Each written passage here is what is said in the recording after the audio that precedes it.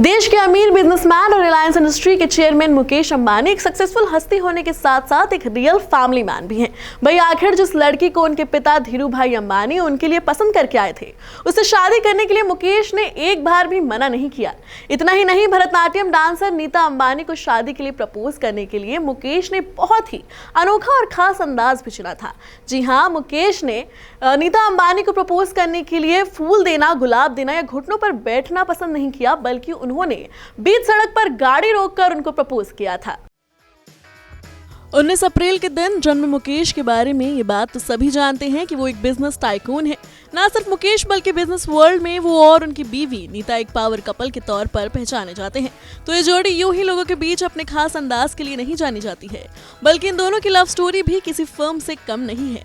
दरअसल इन दोनों की कहानी की शुरुआत इनसे नहीं बल्कि मुकेश के पिता धीरू भाई अंबानी के जरिए हुई थी।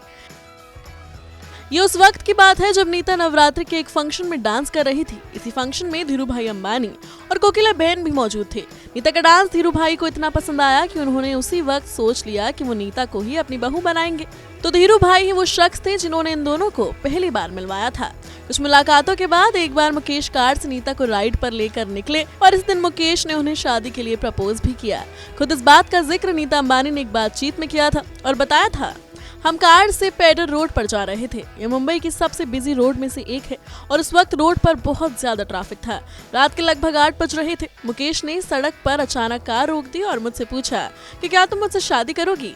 मैंने उनकी तरफ देखा और कहा शायद। फिर उन्होंने कहा कि हाँ या ना में जवाब दो और अभी दो। नीता अंबानी ने आगे कहा, उस समय लोग सड़क पर चिल्ला रहे थे, गाड़ियों के हॉर्न की आवाज आ रही थी।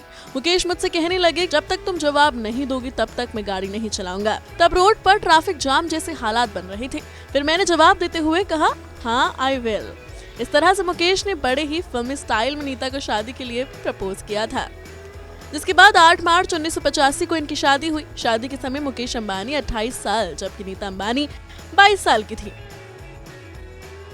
मुकेश अंबानी की शादी में कई बड़ी हस्तियां शामिल हुई थी। नीता और मुकेश के 3 बच्चे आकाश, ईशा और अनंत अंबानी हुए।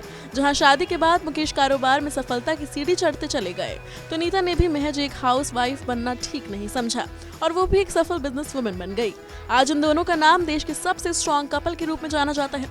आखिर जहां नीता की टोटल नेटवर्थ 21,000 करोड़ के आसपास है, तो मुकेश 8,340 करोड़ रुपए की नेटवर्थ के मालिक हैं। Bureau report E24।